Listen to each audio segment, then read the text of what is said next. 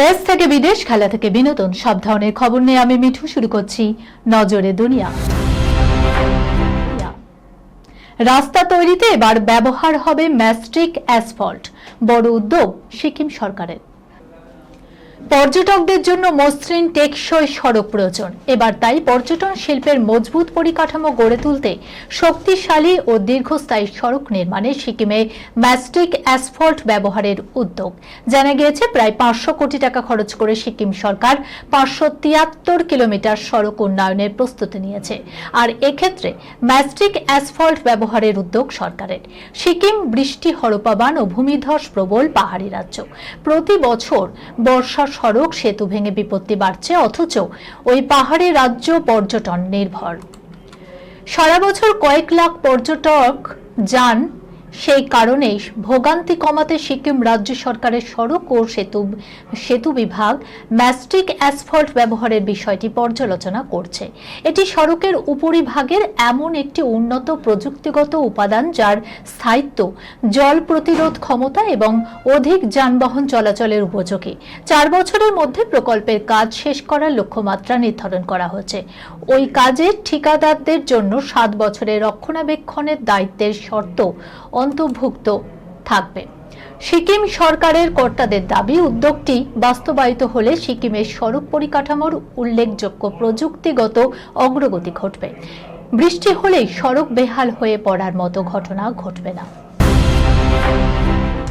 ভূমিকম্পে 140 টন ধ্বংসস্তূপের নিচে 8 দিন পর ভেনেজুয়েলায় উদ্ধার যুবক। এমনই ঘটনাকে বলা উচিত রাখে হরি তো মারে কে।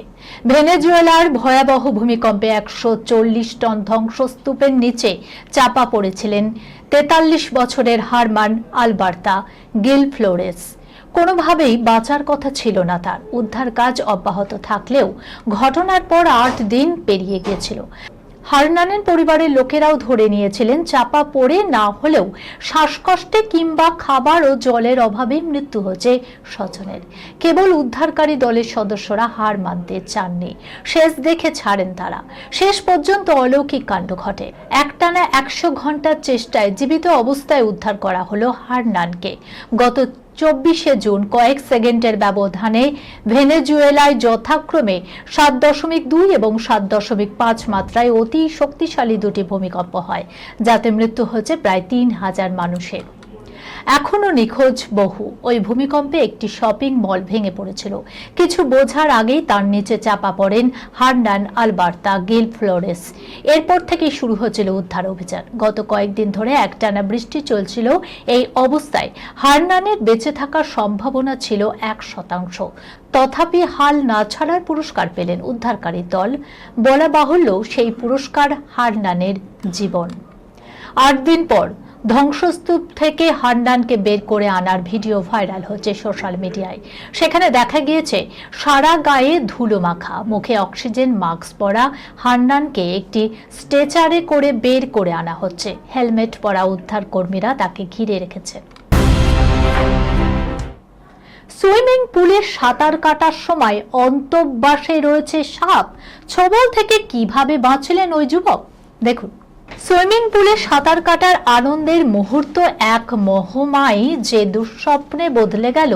পুলে নামার কিছুক্ষণের মধ্যেই আচমকা অন্তর্বাসের ভেতরে এক অদ্ভুত অস্বস্তি অনুভব করে এক যুবক। কিছু একটা যেন নড়াচড়া করছে। ভালো করে খেয়াল করতেই যুবক কেঁপে ওঠে। অন্তর্বাসের ভেতরে রয়েছে একটি আস্ত সাপ। হাড়হিম করা এই ঘটনার ভিডিও সম্প্রতি সমাজ মাধ্যমে ভাইরাল হয়েছে, যদিও ভিডিওটির সত্যতা যাচাই করা হয়নি। জানা গিয়েছে ঘটনাটি ঘটেছে উত্তরপ্রদেশের ঔরইয়া জেলায়। জানা যায় ওই যুবক বন্ধুদের সঙ্গে সুইমিং পুলে স্নান করতে নেমেছিলেন। সবকিছুই ঠিক চলছিল। হঠাৎ ওই যুবক বুঝতে পারেন তার অন্তর্বাসে কিছু একটা ঢুকেছে, কিন্তু সাপ তা বুঝতেই পারেননি ওই যুবক। বিষয়টি দেখতে তার বন্ধুরা এগিয়ে আসেন। বিষয়টি ভালো করে দেখতেই একেবারে চমকে ওঠার মতো কাণ্ড।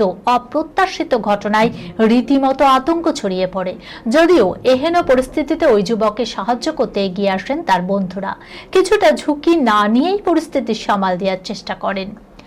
কোনো রকমে অন্তর্বাস খুলে তোয়ালে জড়িয়ে নেয় ওই যুবক। এর মধ্যেই আরেক বন্ধু এগিয়ে এসে অন্তর্বাস সহ সাপটিকে দূরে ছুড়ে দেয়। সেই ভিডিও ইতিমধ্যেই ভাইরাল হয়েছে সমাজ মাধ্যমে।